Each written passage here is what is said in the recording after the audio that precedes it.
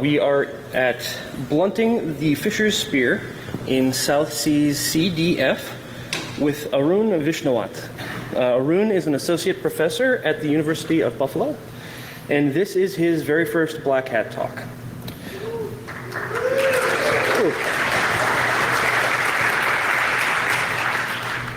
So before we begin, I have a few brief announcements. We encourage you to stop at the business hall downstairs in Bayside AB. Black Hat Arsenal is on the Palm Foyer on this level in level 3, and the Arsenal reception is at 5 o'clock, 1700 for those of you who would use 24-hour time. If you have not picked up your merchandise, today is your last chance to do so. You need to pick up the Black Hat swag, and the bookstore is also closing today. And make sure you visit the Kali Linux lab in Mandalay Bay A, because they're doing a lot of interesting stuff over there. Also, I'm going to thank you in advance for putting your phone on vibrate and or do not disturb mode, because nobody wants to hear your phone ringing as you wait for it to go to voicemail. Thank you. Arun Vishnawat. Thank you.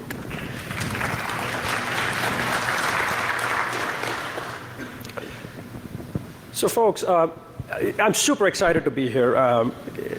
And thank you for that introduction, and thank you for showing up for this talk. I know it's dealing with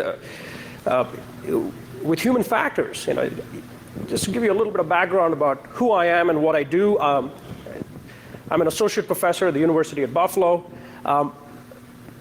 For the last 15 years of my life, my academic life, I've been studying people. I've been studying some of the hardest things that's out there in science. And people often think of the hard sciences as being hard. But really, if you think about the hard sciences, and this is a quote by Eugene Weiner, who was part of the Manhattan Project. And it's a very prescient statement where he says, you know, the natural world operates very precisely. And once you figure it out, everything is engineering. The world I deal with, the world I have been dealing with, is the world a lot of people don't want to deal with. It's the world of people. People as employees, people as individuals who work in organizations, people who are CIOs, CSOs, people who work in security agencies, people who work for the government. And this is a hard world. It's a world in which they use technology all the time. It's a world in which technology is being thrown at them, where things are happening at a very immense speed. And it's a world where the bad guys are really good at the social science end of the business, the end of the business that a lot of people don't want to deal with. Because the bad guys out there figured out that, hey, you know, the old school ways, right, hacking people, hacking technology, that's engineering. People, on the other hand, are much more easier to compromise. And once you compromise people, you have access, essentially, you got the keys to the kingdom. And this is the reality we deal with. This is the reality I have been trying to deal with and grapple with and try to explain. And I have been fortunate enough to work with government agencies, with companies, write extensively about this, research this issue quite a bit. And the proverbial term everybody uses for this is the people problem. Okay, it's the people problem, and every one of you know what I'm talking about, right? The users are the problem, and we hear this repeatedly. There were some talks yesterday when I was listening to the same proverb coming back over and over again, and I'm going to talk a little bit about this people problem, and this is a big problem, right? It's a growing problem. It's not going away. 20% of all major breaches are because of something people did, and this is only, I'm just accounting for breaches that involve hackers making entrances into networks. I'm not talking about people willingly giving up the insider problem. I'm not talking about that. So if you add those numbers, they add up very quickly. So almost 1 in 5 of all breaches are because of people today, right? We got the engineering. We couldn't figure out the people. It's getting worse. Right? This is the most recent 2015 Verizon DBIR. 3 out of 4 of all attacks are spear phishing attacks. And you guys know this, right? The people in IT understand this problem. And we know that the actors are everybody, right? The good thing about email is everybody uses it. The bad thing about email is anybody can use it. And with spear phishing today, anyone with very minimal skills can basically purchase software for malware for hire and basically spear phish people and get into networks. And it's very easy to do. And given that, everybody is doing it. Right? We have all become the weakest links, and we keep telling employees, you're the weakest link, you're the weakest link. I've done a lot of work in this area, and I'm not going to go through all my work, but it's quite a lot of publications. I've been working on this for a very long time now. I was one of the first people to start studying spear phishing in the social sciences when no one else was doing it. I also try a lot to draw attention to the people problem. So I've written quite a bit, a lot of opinion pieces on CNN. I've been writing and talking about this after every major attack, saying, hey, we haven't gotten this problem yet. You're looking at the wrong people. You gotta address the user problem here. So my talk today is going to focus on some of the things that my research program, we've been working on this area, and I'll tell you what my research program does. What we do is we phish people. All right? We do this, we've been doing this for the past 6 to 8 years, where we spear phish people via email, we spear phish people on Facebook, on LinkedIn, on every medium that we can find. We have done this in universities, we have done this in government institutions, installations, we have done it in organizations. And what we're trying to do after all of these is build an understanding of the why. We know people are falling for it, there's no question about it. But the why is something that we have been able to figure out. And a lot of my talk today is going to be talking about the why and how we can build that to address the problem of spear phishing. Okay? So my focus, the talk today is going to talk about some of the approaches that people have been using right now, the IT security approaches to dealing with the people problem, how effective they are, what our research points to, and how we can use that understanding to improve security. So we're going to we're going to complete that loop in terms of what our research points to and how we can do this better. So right now, this people problem, right, there are 3 approaches that we've been using so far. This is regardless of which organization it is, it varies in the level of sophistication, but there's basically 3 things that we've been doing. The first approach has always been a control approach, right? We try to control what people get. Right? This is an engineering solution, and there's a lot of money being thrown at this problem. Every decent organization out there is expected to do this, is expected to have these firewalls in place, these engineering solutions. This is one way we've been dealing with it. The second C, in terms of dealing with the people problem, has been to constrain people. Okay, so we have a control process. We have a constraining process. In the constraining process, we have all these solutions, and I've been talking to various vendors here. We have these ideas of air gapping and whitelisting and restricting administrative privileges. And these are some approaches, and we're going to talk about how we deal with that as well. And the question of effectiveness, how effective is this? There's my favorite comic, Dilbert has. Dilbert goes to work, and the IT guy says, hey, security is more important than usability. And what Dilbert does is he sneaks in a laptop. Okay? This is the reality of today's organizations. The more control we put on them, the more people find ways to circumvent it. Because after a certain point, the control, the security, gets in the way of usability, gets in the way of work, gets in the way of what people do. In other words, if you don't understand what people do, and start putting controls on them, they're going to try to find a way around it. And this is something we're seeing a lot. The third C that we have followed is convincing people. And there's a lot of this happening right now, right? Convincing people is through training. There's a lot of spear phish training, anti-phishing training, preparedness training. Every organization has a checkbox where they're putting people through these massive training programs. And I've evaluated quite a few of them. These trainings follow one of 2 patterns. One is, you simulate some kind of phishing environment, you spear phish people, and then, when they get phished, you tell them why they got phished. If they keep getting phished, you pull them out. Admiral Rogers, the head of the NSA, he said, hey, we want to make them shape up, we can scare them into doing this, right? This is like the conveyor belt. You keep making people make mistakes, and every time they make mistakes, you tell them to shape up. Okay? So this is another approach. So this is the training approach. And this training approach, these 3 C's, is all we have right now that's directly addressing this people problem. Okay? And the cost of this training, this is a RAND report, the cost of this training is going up, and it's expected to rise faster than the cost of basically the loss from breaches themselves. So we have, what we're looking at in the near future is an increased cost of training, of air gapping, of doing all these things, which are going to exceed the cost of many of these breaches, the losses from these breaches. So we have to do something to make this training better. Okay?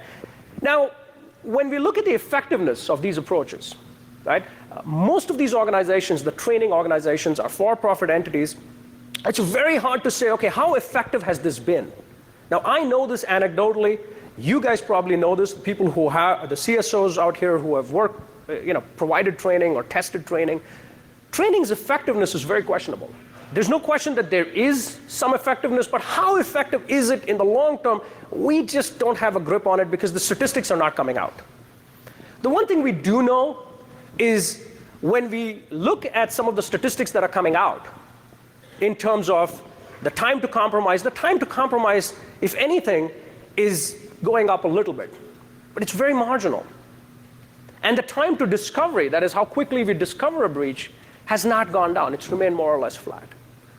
Okay? So this is one indicator that the so-called defender detection gap is not going down. So a lot of these 3 C's are really not doing much in terms of bringing down or reducing the discovery gap. So we have a problem right there. The second indicator of the effectiveness of some of this is just looking at the academic research. So when we looked at the academic research going back to the 2005 onwards, in 2005 some of the early studies looked at the effectiveness of training, and what they found is within 24 hours most of the people forgot the training and they got phished at the same rate all over again. So if you did a simulated attack, you trained people, 24 hours later you phished them again, you start seeing these people start getting phished again. So this is a problem. What's the long-term effectiveness? We've looked at Verizon's DBIR. 50% of the people are still opening spear phishing emails and clicking on it within the first hour. When I do simulated attacks, I get as high as 30 to 50% success rate. So a hyperlink in an email will give me a 30% success rate. A 40 to 50% success rate. If it's an attachment, it'll give me a 20 to 30% success rate. Attachments take a little longer because people have to do a little bit more to open it.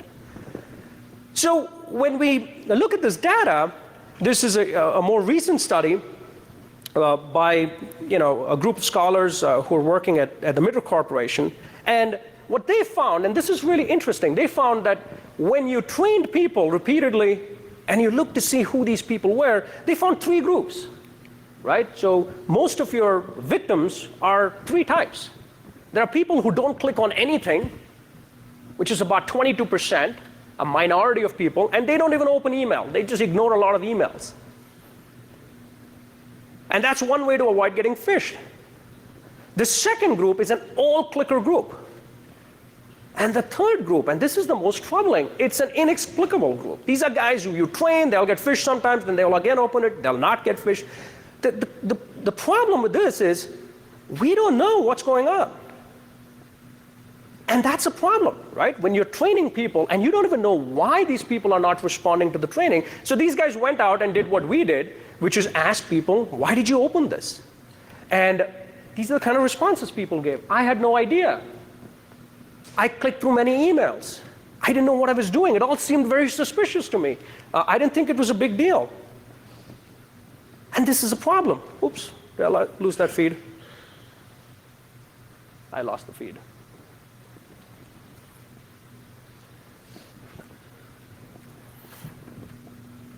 I got spearphished. Yeah.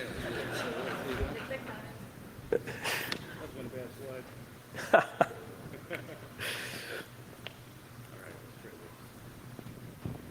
So you have almost 2/3 of your sample that you're unable to explain, which becomes a big problem from an IT security standpoint, where after almost 10 years of doing this, we still don't have a grip on why people are doing these behaviors. Okay? And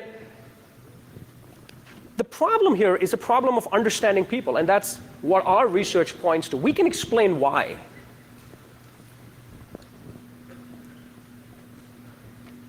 Hurry up. No.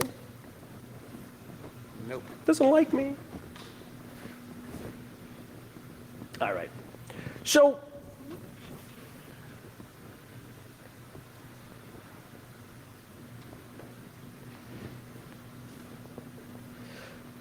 anyways, I'm going to keep talking.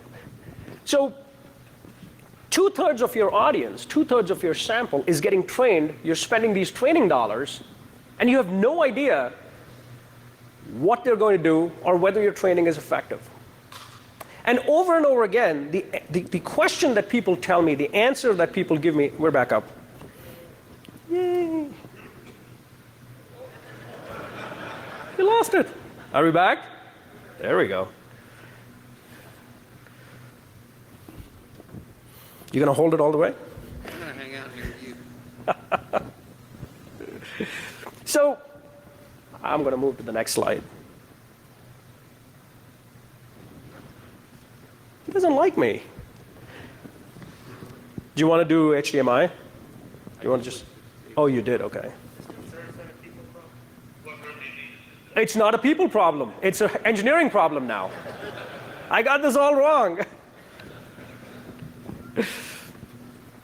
Okay. Sure. I like company. So, I am here to say that, and this is a bad slide to segue into this, it's not a people problem. It's an understanding of people problem. Okay? We haven't understood people. All right? And I'm going to very quickly, because I'm running out of time, or not, I'm going to very quickly talk about what we know about people and how we can build on that. All right? So let me once more tell you about how we build this understanding. We have built this understanding by studying people, simulating phishing attacks, and understanding and asking them, okay, why did you click on this? And we've done these studies now for the last 8 years. And we have done cumulatively almost about 25 studies in various industries, in government. We have ongoing studies right now at banks, at city governments, and at universities. And what we did is we said, okay, across the board, what is it that explains why you clicked on an email and why I may have clicked on it? And there were different reasons. Okay? And what we did with that understanding is we developed a model, and it's just a published piece, which is called the Suspicion Cognition Automaticity Model, also called SCAM. I like that. Sounds. And the computer doesn't like it, but I do. So the SCAM model basically, and I'm going to talk very briefly about this model, it basically explains, using essentially what we found is there's just about 5 factors, 5 things in people that identify why they clicked on either a hyperlink or an attachment and the extent to which it works. And all 5 are people factors. I never factored in the engineering problem, and so I'm facing it right now. Are we back up? No, we're not.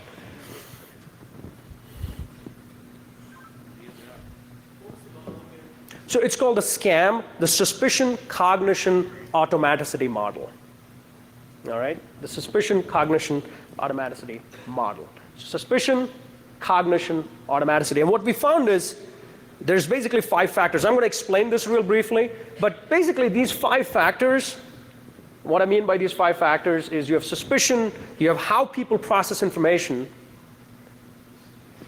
what they believe in, and their habits. And once you can understand these 5 things, you can essentially predict, I can predict 60% of a person's likelihood, which in the social sciences is a lot of variance that I can explain, in their likelihood to fall for a spear phishing attack, regardless of what type of attack it is. Okay? And that's the understanding that we're using to build better training, to come up with better protocols, to come up with better administrative protocols. I'm going to talk real briefly about it before my tech gets going here. All right.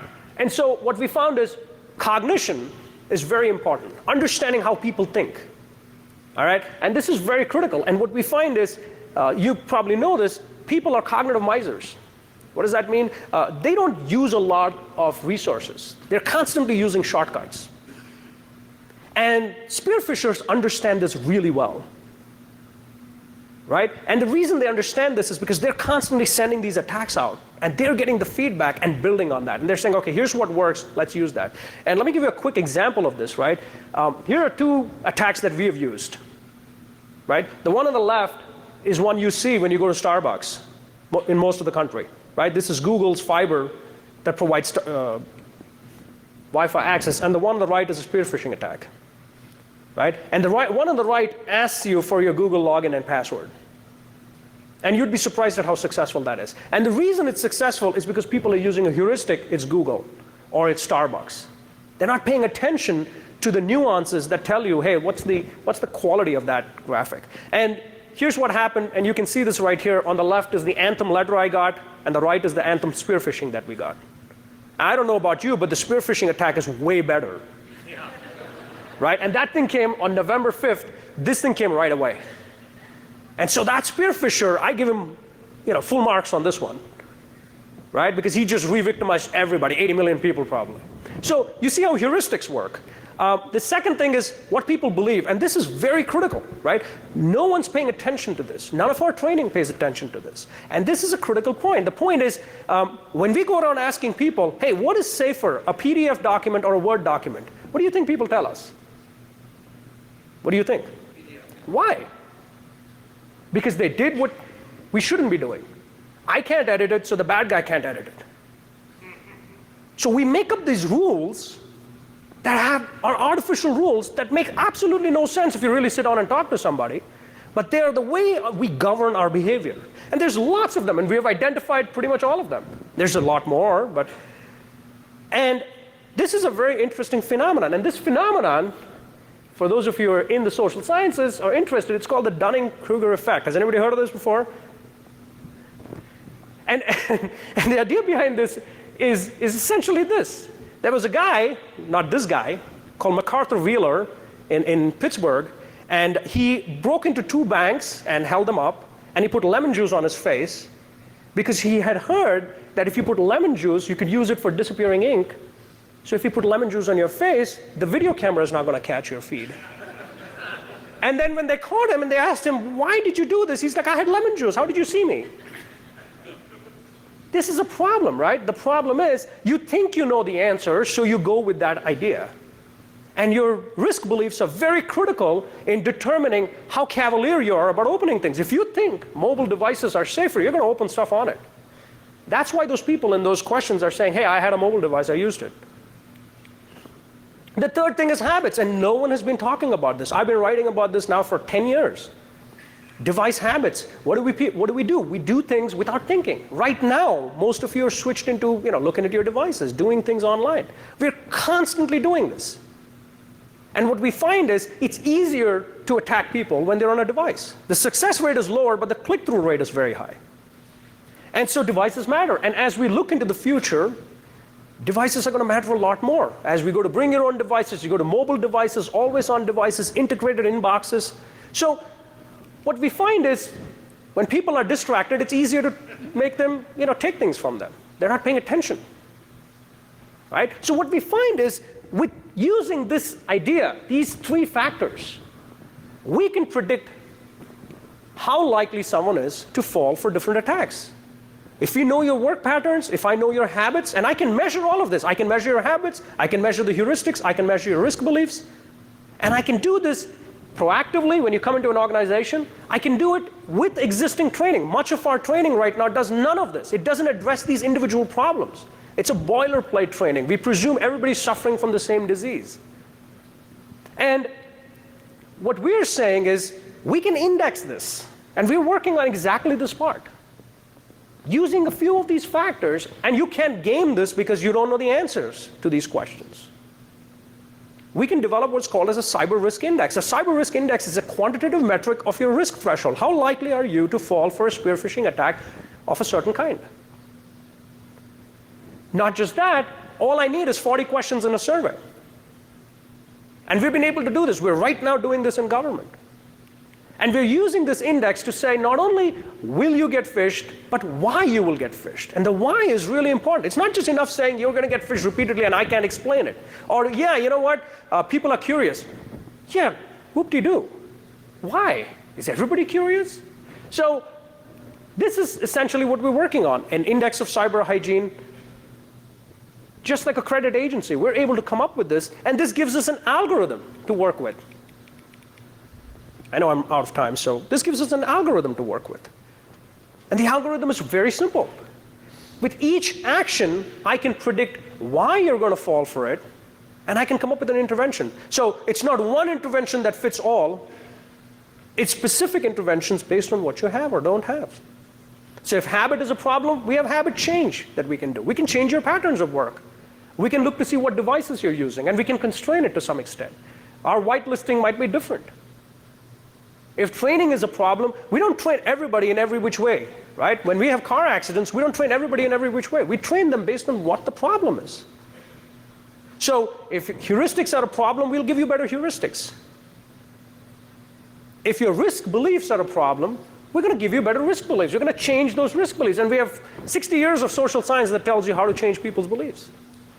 So this, and I know I am out of time, so this in a sense is what we're working on. This works with existing training. So if you're using PhishMe or any of these groups, we can work this with that. So we can give you an index, do your PhishMe, and then we look at the index after and say, okay, here's what you need to address. So it works with what's there and makes it better. And I think that's the difference, right? Explaining the why rather than keeping on calling people the problem. All right? With that, I think I'm out of time. So thank you, and thanks for the talk.